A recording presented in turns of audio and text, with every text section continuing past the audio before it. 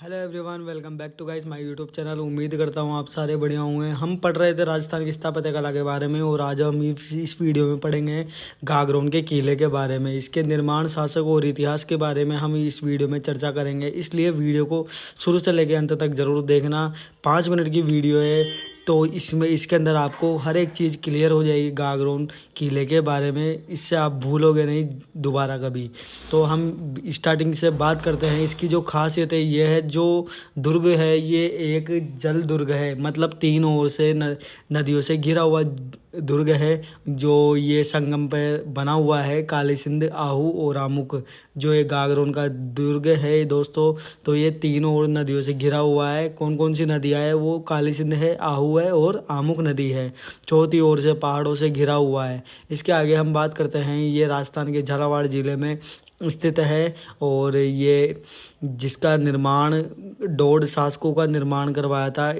इसलिए इसे डोडगढ़ या धूलरगढ़ भी कहा जाता है। जो गागरोन का किला है वो डोड शासकों ने निर्माण करवाया था इसका, और इसको डोडगढ़ और धूलरगढ़ भी कहते हैं। दोस्तों, अगर तुम्हारे एग्ज़ाम के अंदर क्वेश्चन आ जाए कि डोडरगढ़ कहाँ स्थित है या धूलरगढ़ कहाँ स्थित है, तो आपका आंसर होगा झालावाड़ में।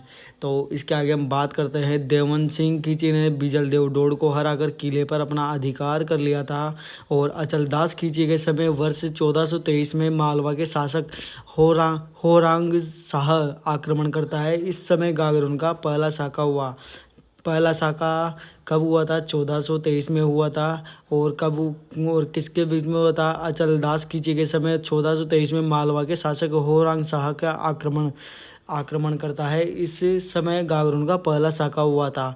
वर्ष 1444 में पालान सिंह गागरोन का राजा बनता है, जिसके समय मालवा का सुल्तान महमूद खिलजी आक्रमण करता है। इस दौरान गागरोन में द्वितीय साका हुआ।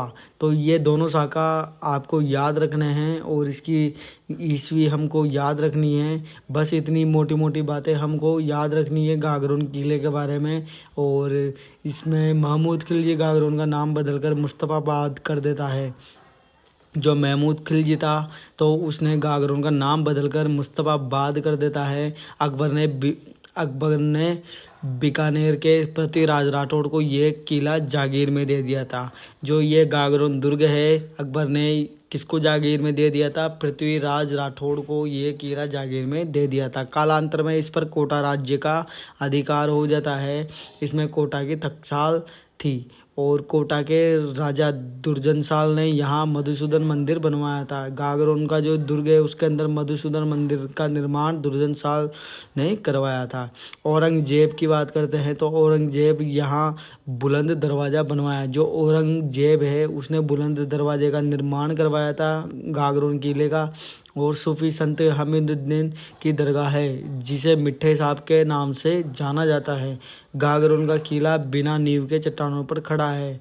जो गागरोन का किला है वो चट्टानों पर बनाया हुआ है, निर्माण करवाया हुआ है। और गीदकराई स्थान वह स्थान जहाँ राजनीतिक कैदी को मृत्युदंड दिया जाता है।